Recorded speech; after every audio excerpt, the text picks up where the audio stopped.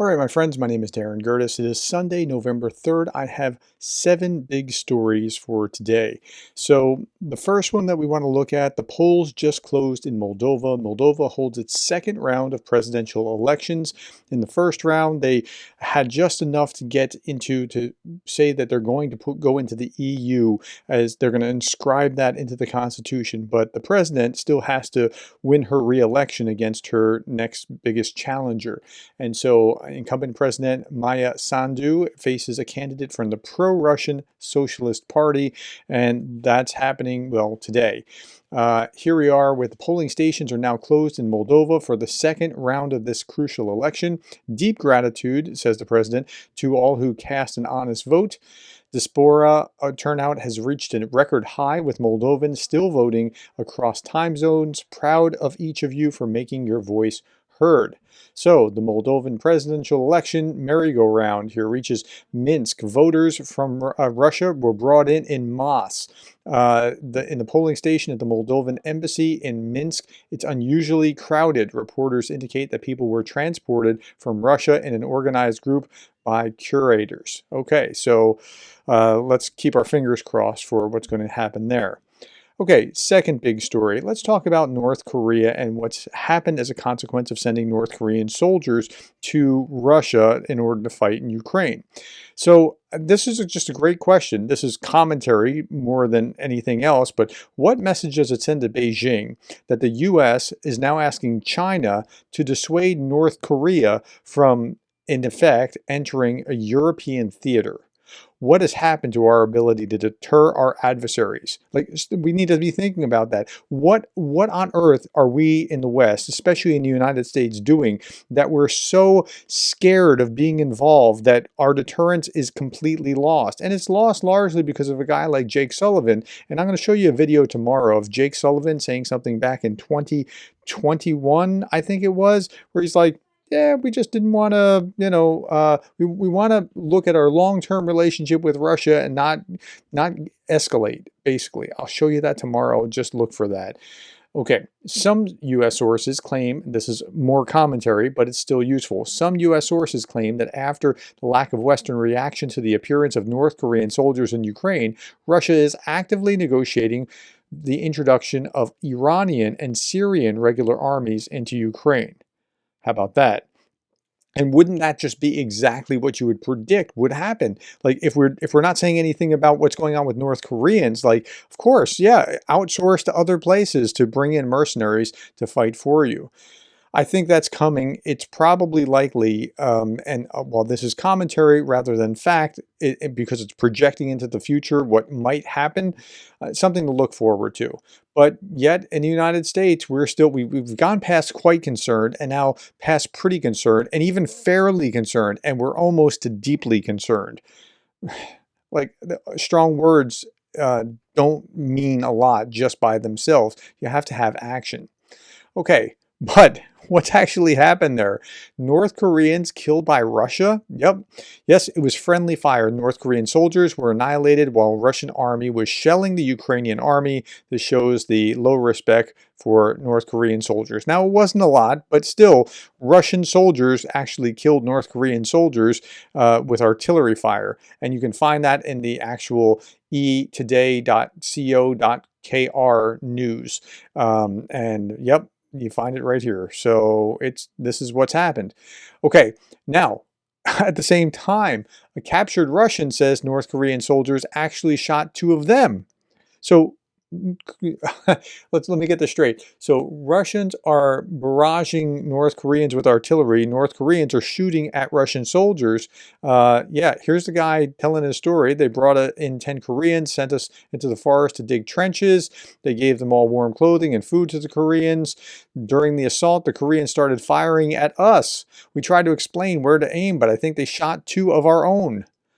I decided it was better to surrender in this situation, says this guy here. So it's almost like Budanov planned it. I mean, it's really pretty wild. Okay. So in October, the Ukrainian Defense Forces destroyed Russian weapon systems and military equipment worth a total of more than 2.7 billion.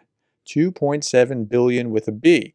Now, This I talked about this morning. Russia may face air defense deficit, limiting aviation use at the front. Russia's experiencing a supply issue with components for air defense. And then I went on and I said, well, if they're limited with the components, they can't provide the air defense, they're going to have to back up their air force and the glide bombs will be reduced. And lo and behold, what did I see when I read this Institute for the Study of War article? Further degradation of Russia's Air Force umbrella, particularly over occupied Ukraine, may impact how close to the front line Russian pilots are willing to operate and could limit Russia's ability to effectively use glide bombs. Boom. That's exactly right.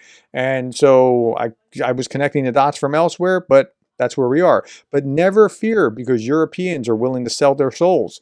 So here, a reckoning is coming for the EU. You can't claim the mantle of leadership and be silent in the face of massive transshipments to Russia. Exports from Romania to Kyrgyzstan are up 2,200% since the invasion. From Slovakia, 2,500%, Hungary 3,300%, Bulgaria 3,200%. Now what you're seeing in these charts is here, the red line here is March of 2022, right?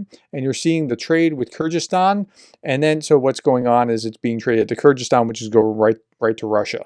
And by the way, Germany's not off the hook. They have the same kind of pattern as well. And the new German leftist party, BSW party, threatens pro-Ukrainian stance in eastern state coalitions. The party is leveraging its position in 3 German states to pressure mainstream parties into opposing military support for Ukraine. So they've got their own problems, just like we do here in the United States.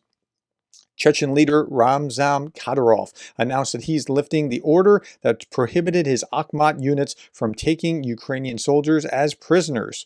He claimed that this decision was made in response to requests from Ukrainian citizens, but it came shortly after Patriarch Kirill's remarks against urging cruelty with Russian forces. I don't know that that's going to help him, because now when he doesn't have prisoners, that's going to look really weird, because his TikTok army usually gets there really late and doesn't actually do a lot of fighting. But they do awesome videos, and I'll show you one at the very end. Jay in Kyiv talked about this. A Muscovite received his summons to the military registration and enlistment office just hours after he applied to register in Russia's official bloggers registry.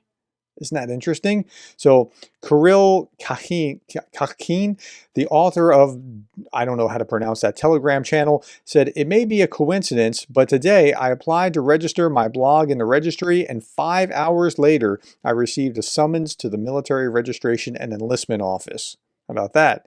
Kakhin, who noted he graduated from the military department, told his followers not to worry, but the incident has raised questions about the link between social media registration and draft enforcement in Russia. That's kind of interesting. Okay, now let's look at what's going to happen with the presidential election. Here's one of the U.S. presidential election. Here's one of the potential side effects. Israel may act to eliminate nuclear capabilities after the U.S. presidential election, says the Turkish foreign minister. Don't know if that's going to happen. Turkish foreign minister said that it's a possibility. May or may not be. We'll see what happens.